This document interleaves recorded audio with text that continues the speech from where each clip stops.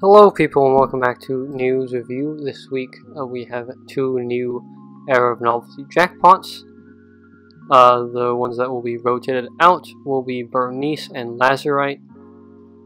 The first being a Fire Demon Dracula. The leader skill is pretty okay. A notable point is the high HP. HP times 2.2 on both sides leads to a pretty high, just like base HP for demons, since demons have a very low base HP to start with as a race. And his gimmick obviously is that when you hit an enemy, it converts it into your recovery.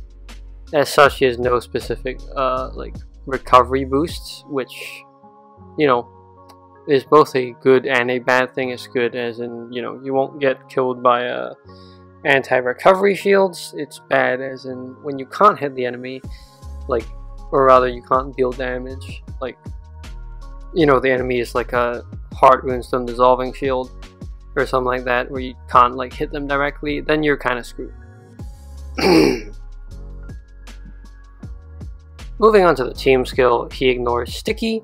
Everything has the effect of attributed runestones,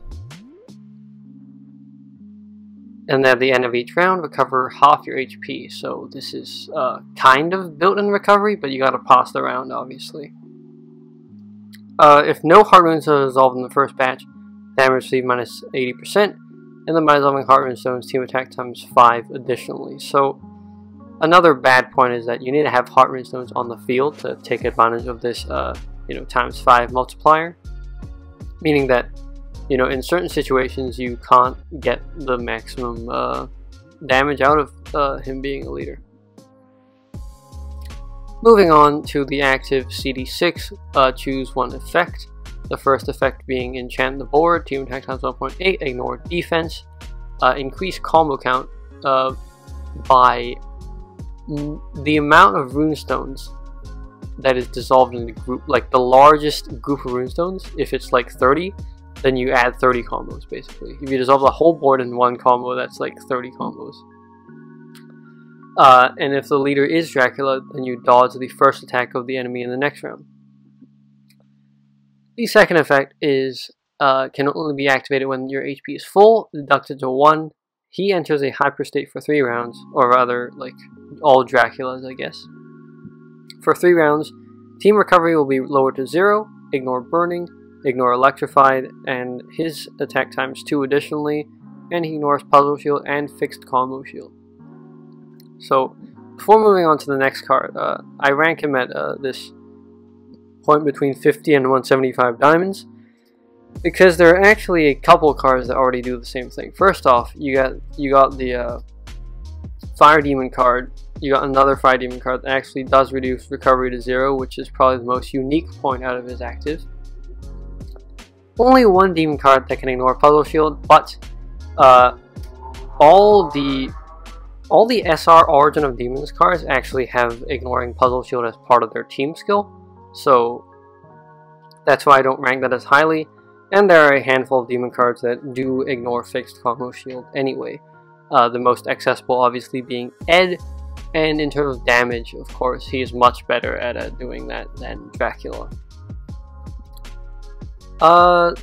In terms of fire cards that can ignore fixed combo shield, there are also a handful, but he is the first fire demon card that can ignore fixed combo shield. So, yeah. The reason why I don't rank him higher than this, although he is a good leader in his own right, is because basically of Origin to Demons SR. They basically do the same thing that he does, and there are, 5 attributes of them, so you can probably find one of the teams if you need a demon achievement sometime in the future. Next up is Hoffe, Water Elf. As a leader, it's kind of mediocre.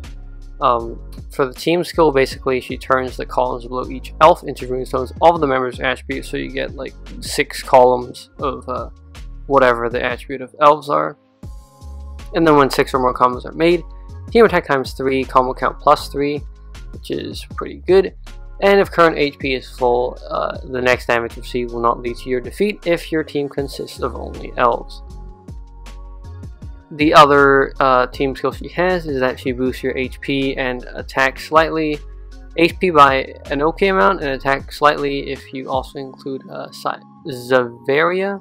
Xaviera in the team, which is a card that I think isn't out yet, right? No, that it's gonna be an ultimate card that I'll talk about in a little bit. The notable thing is that for active CD6, she removes Tornado, being the third card ever to do so, after All Might, of course, and whoever this Jackpot is that nobody can remember because she sucks. Also, she clears Frozen Moonstones, and by tapping, you can basically choose to convert from something to something by tapping the magic circle twice. And then by dissolving 30 or more Moonstones in the first batch, the character's skill CD -4 at the end of the round. So if you're running like her as a leader and you dissolve the whole board, then this becomes like CD2 effectively. Okay. I put her like slightly above 50 diamonds simply because of the uniqueness of removing Tornado.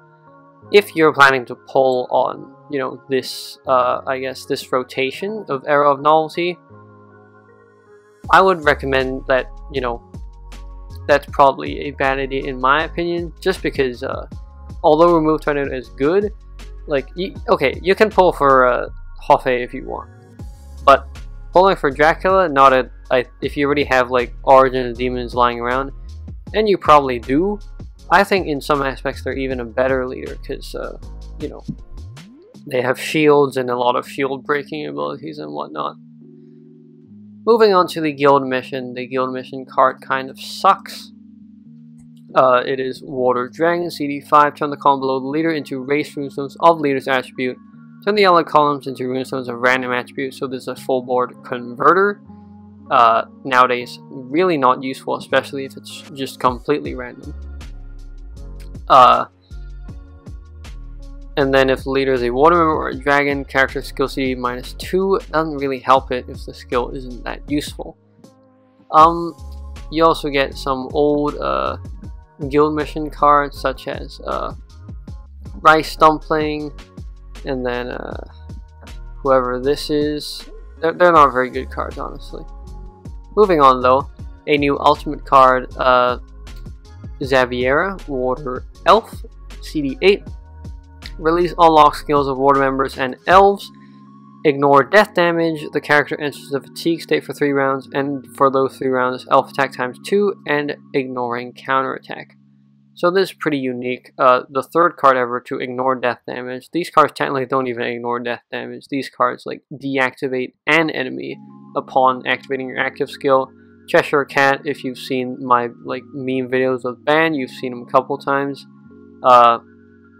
I forgot who this card is. I don't actually have her. But she's a light beast as well.